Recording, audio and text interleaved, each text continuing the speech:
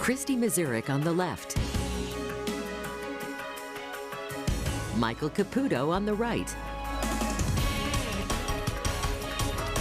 2 Sides with Mazurek and Caputo starts now. But today we've got, the first thing we have up is the discussion of the bridges. Coming to us is David Majka. David is a candidate for town board in the town of Aurora. Full disclosure, I serve on the Republican committee with him. David, tell us about these bridges. We're seeing some pictures up there. What's going on in the town of Aurora? Well, Mike, there's 8 bridges over Tannery Brook in the village of East Aurora that are owned by the town of Aurora, and they're actually falling into the creek.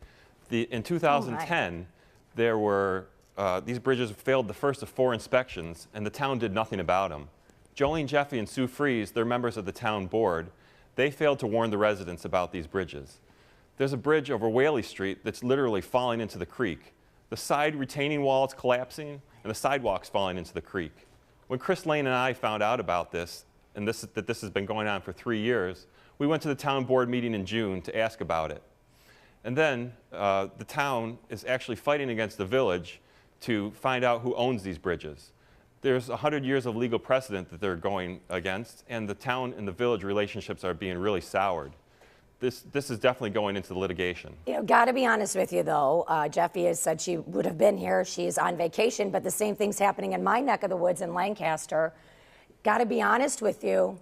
Depends on what side you're on, because the law reads both ways for some of these structures. Well, it depends on when the bridge was constructed. Correct. I mean, town and village of Lancaster, they're battling over who picks up the tab. Well, in the county side, though, I mean, we're here joined by Lynne Dixon. Lynne has been talking about some of the county bridges and some of the infrastructure problems we've been having. Can you bring us up to date on that? We have a lot of infrastructure problems in Erie County. You know, we own 1,200 road miles. We have 278 larger bridges, 450 smaller bridges, and the county this year is spending just $12 million on infrastructure improvements. Now, in total, $34 million is being spent. That's federal, FEMA, and state aid for many of the projects. But I just think, you know, you drive on a county road, the workers are ready, they want to do the work, and I just don't see the investment in it. And it's not, and it's not a political thing, it's a good government thing, it's a public safety issue, and really it's even an economic development issue. Although this is really expensive stuff. David, what's it going to cost to fix those bridges in Aurora?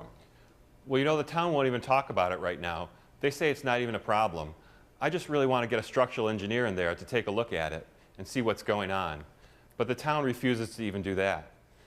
The cost to the taxpayers, according to internal estimate, would be $1.1 million. But Jolene Jeffy and Sue Freeze haven't planned for this. They haven't taken into account the money that it's going to cost. But this is happening everywhere, David. I mean, again, I go back to Lancaster. They're having the same issues there. The village mayor is saying, I don't have the cash. The supervisor is saying, it's not our problem. So, I mean, it's obviously, as Lynne was mentioning, a county and statewide issue. I mean, because this is what we're dealing with now. Well, they've raised taxes 268% for new office space, yet they haven't really planned for these bridge repairs. How much is it going to cost? The $1 million is going to come from the taxpayers. Well, I guess when we look at the disagreements on the county level as well, I mean, the county executive's office was resistant to your suggestion that they release some money. Legislator Dixon, what do you have to say about that? That's right, Mike. Well, there's a transfer tax. When you buy a house, you pay a transfer tax, okay? And that transfer tax, that is money designated solely for infrastructure improvements. It cannot be used for anything else. It has to be used on infrastructure improvements. So there's $2 million in the transfer tax fund this year. $1 million was spent. There's another $1 million sitting there.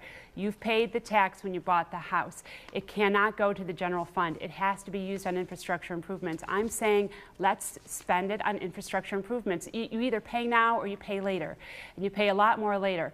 You know, the control board also released back to the county last week $720,000. In addition, we've discovered that We over budgeted on the pension obligation by $5 million, so that's another $5 million. Plus, we have an undesignated fund balance of $90 million. There's money there to do some of the biggest need roads, at least right now. I submitted several weeks ago to the county executive petitions gathered by a group of people over by Souls Road, and I had asked that at least a portion of Souls Road, I'm not even saying the whole stretch get fixed, but at least a portion that's considered very dangerous get fixed. And we were told that because we didn't vote for a tax increase that it can't get done. But again, I just outlined to you that the monies are there. In fact, the transfer tax, $1 million that has to be spent on infrastructure. I have a quick question for you. I mean, I live in that area, and I'm backing a candidate for the county legislature. Zubrick Road hasn't been revamped in 5 years. What about those projects, Lynn? I mean, at some point... And you know what, Christy? I mean, I take the calls every day in my office. I know that the guys in the highway garage take the calls every day. They're frustrated. These are improvements that need to be made. And, you know, you can make the argument. There was a great article in the New York Times this past Friday about the Village of Hamburg. The Village of Hamburg, several years ago, was a state DOT project. They revamped Route 62, and they did Main Street. And as a result of the road improvements that they did, that brought on $7 million spent by area businesses and improvements. It doubled the property tax the values of their home, and the properties there. It spurred, they went from 15 building permits to 96 building permits in just a couple of years. So doing road improvements does mean economic development. All right, Lynne Dixon. And thanks a lot, Mr. Majka. Thank you very much. Yeah, hey, stay right there. We're going to be chatting about the presidential's visit to Buffalo. We'll be right back.